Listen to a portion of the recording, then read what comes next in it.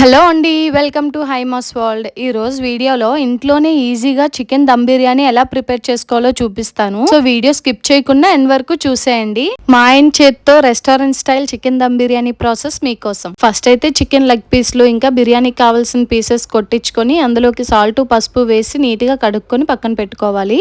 ఇప్పుడు అందులోకి టేస్ట్కి సరిపడినంత సాల్ట్ పసుపు వేసుకోవాలి. ఇంగ్రీడియంట్స్ అన్ని నేను కొలతలతో సహా మెన్షన్ చేస్తాను చూడండి. అందులోకి ఇంకా కారం, ధనియాల పొడి, జీలకర్ర పొడి, గరం మసాలా, చికెన్ మసాలా ఇవన్నీ వేసుకొని బాగా కలుపుకోవాలి.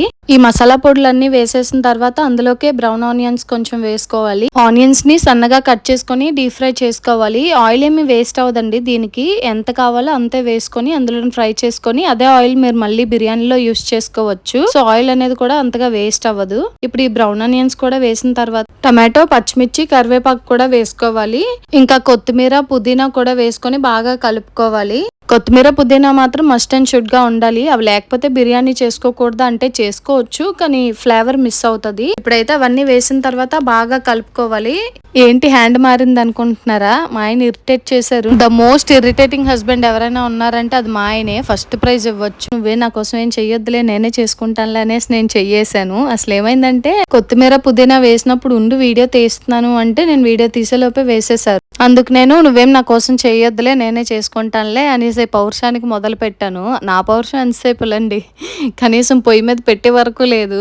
సర్లేని కానీ ప్రాసెస్ లోకి వచ్చేస్తే ఇప్పుడు ఇవన్నీ వేసి బాగా కలిపిన తర్వాత అందులోకి 2 నిమ్మకాయలు జ్యూస్ తీసుకొని పిక్కలు అవి తీసేసి నీట్ గా పిండుకోవాలి. ఇప్పుడు అందులోకి పెరుగు కూడా వేసుకొని బాగా మిక్స్ చేసుకోవాలి. ఒక గంట సేపు మ్యారినేట్ చేసుకుంటే చాలా బాగుంటది టేస్ట్. కానీ మాకు టైం లేక మేము వెంటనే చేసేసాము. ఇప్పుడు అందులోకి ఇంట్లోనే ఫ్రెష్ గా దంచి పెట్టుకున్న అల్లం వెల్లుల్లి పేస్ట్, ఇంకా బ్రౌన్ ఆనియన్స్ వేయించాం కదా, ఆ ఆయిల్ కూడా వేసుకోవాలి. వేసుకొని బాగా కలుపుకొని వేడి నీళ్ళు ఒక గ్లాస్ వేసుకోవాలి. నేను రైస్ ముందే బాయిల్ చేసుకొని పెట్టుకున్నాను. మేము చికెన్ కేజీ తీసుకున్నాం కాబట్టి రైస్ కూడా కేజీయే తీసుకున్నాము. యాక్చువల్లీ మనం రైస్ బాయిల్ చేస్తాం కదండి, ఆ వాటర్ వేసుకోవాలి. నేను రైస్ ముందే బాయిల్ చేసేయడం వల్ల హాట్ వాటర్ వేసుకోవాల్సి వచ్చింది. 75% అలా కుక్ అయ్యే వరకు తీసుకుంటే సరిపోతుంది. కొందరు రైస్ లో మసాలాలు వేసి కూడా కుక్ చేసుకుంటారు, అలా కూడా చేసుకోవచ్చు.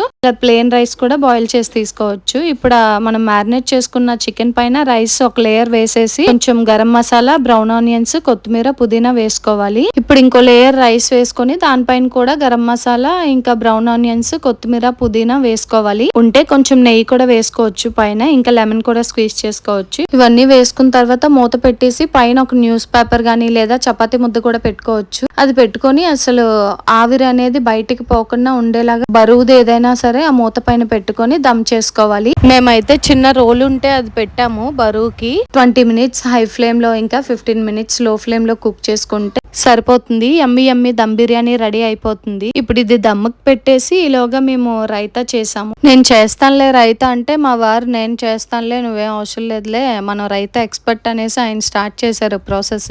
ఆయన కట్ చేస్తే నాకు చాలా భయం వేస్తుందండి బాబు. చూసారా చెయ్యి అసలు ఎంత దగ్గరగా కట్ చేస్తారో. అందుకే నేను మాక్సిమం కట్ చేయనివ్వను. ఇంట్లో వెజిటేబుల్స్ ఏమైనా నేనే కట్ చేసుకుంటాను. ఆనియన్స్ చూసారా ఎంత చిన్నగా కట్ చేశారో. ఇంకైతే అందులోకి ఆనియన్, క్యారెట్, కీరా కట్ చేశారు. చిన్న ముక్కలుగా కట్ చేసి ఒక బౌల్లో వేసుకోవాలి. ఇప్పుడు ఈ కట్ చేసినవన్నీ ఒక గిన్నెలో వేసుకొని అందులోకి నిమ్మకాయ కూడా పిండుకోవాలి. కొత్తిమీర కూడా వేసుకొని కొంచెం సాల్ట్ అంటే రుచికి సరిపడినంత సాల్ట్ వేసుకొని పెరుగు వేసుకొని బాగా మిక్స్ చేసుకోవాలి. వాటర్ అసలు ఎక్కువగా యూస్ అవుదండి రైతాకైతే. మేమైతే కొంచెం వాటర్ వేసాము. వేసి బాగా మిక్స్ చేసుకున్నాము. ఇది దమ్ బిర్యానీలోకే కాదు, వెజ్ బిర్యానీ అయినా ఏదైనా పులావ్ లోకి కూడా చాలా బాగుంటది ఈ రైతా. మీరు ఒకసారి ట్రై చేయండి. ఇంకా రైతా అయితే ప్రిపేర్ చేసుకొని ఇంకా బిర్యానీలోకి ఆనియన్, లెమన్ కూడా ఉండాలి కదా, ఇవి కూడా ముందుగానే ప్రిపేర్ చేసుకొని రెడీగా పెట్టుకున్నాము. ఇంకైతే టైం అయితే అయిపోయిందని ఇంకా స్టవ్ కట్టేసాము. కట్టేసిన తర్వాత ఒక గంట మాత్రం ఉంచుకోవాలండి. అలాగా మీకు టైం లేకపోతే అరగంట అలా ఉంచుకున్నా సరిపోతుంది. అంటే ఓపెన్ చేయకుండా, మూతది ఓపెన్ చేయకుండా ఉంటే బాగా దమ్ అవుతుంది. మేమైతే ఒక అరగంట సేపు ఉంచాము అంతే. ఇంకా అరగంట సేపు తర్వాత ఓపెన్ చేసి చూస్తే స్మెల్ మాత్రం అదర్స్, టేస్ట్ కూడా చాలా బాగుంది. నాకు ఇప్పుడు చెప్తుంటేనే నోరు ఊరిపోతుంది, అంత బాగుంది టేస్ట్ అయితే. ఇప్పుడైతే సర్వింగ్ టైం. ఇంకా ప్లేట్ లో వేసుకొని మస్తుగా తినేసాము.